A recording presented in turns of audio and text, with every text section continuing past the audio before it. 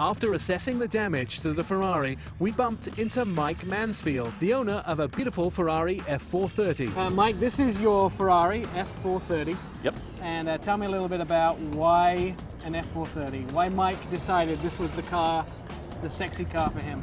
Well, I've had quite a few cars, Ferraris and Lamborghinis. I own a Bentley as well, which I love too, but the Ferrari over the Lamborghini has a special feel to it.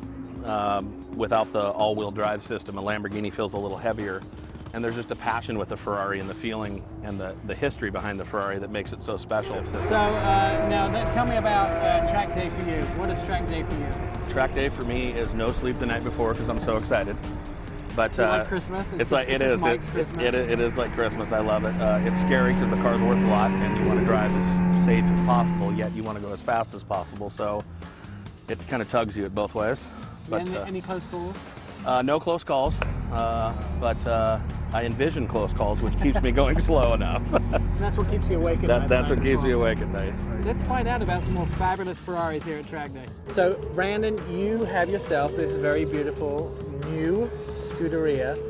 Tell me a little bit about why you decided to get a Scuderia, and tell me a little bit about what drew you to Ferrari.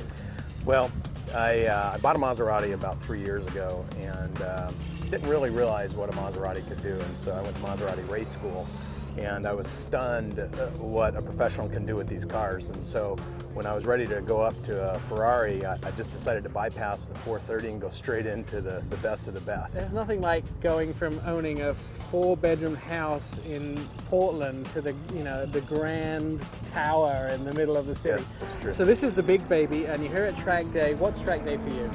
You know, it's just an opportunity to come out and push on the car a little bit, test its limits without things that you wouldn't do on the street, and test the speed, and just get comfortable with the car.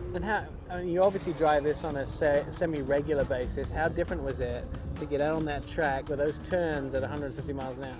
You know, it's unbelievable. It really is. I mean, I challenge that most people don't really know what their cars are capable of doing, especially when they have an exotic. And I can tell you, when you bring it on the track and you've been trained, and somebody trains you on how to drive it, it is unbelievable what these things are capable of doing. Now you've had this sort of experience with your vehicle. Is it going to be hard to drive at home? No, I'm used to going to the track, and I'm used to driving the car hard there, and I'm used to driving it the way it should be driven on the streets. So if somebody's thinking about owning an exotic, and maybe this Scuderia is the sort of thing that they want, do you recommend they come out to Track Day first of all, or is it something you work up to?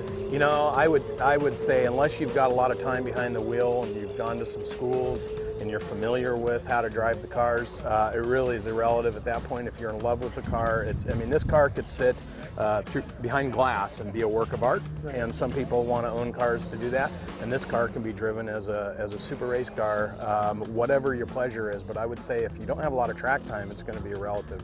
I wouldn't wait and try to accumulate track time so you can appreciate it. Just having it in your garage is appreciation enough. See, I think that's the most perfect thing I've heard all day. You can have your cake and you can eat it too. Well, that's it for this week, but don't forget you can watch all of this again or any of our episodes by going to therideshowtv.com. Join us next week for more beautiful rides. Bon voyage, baby!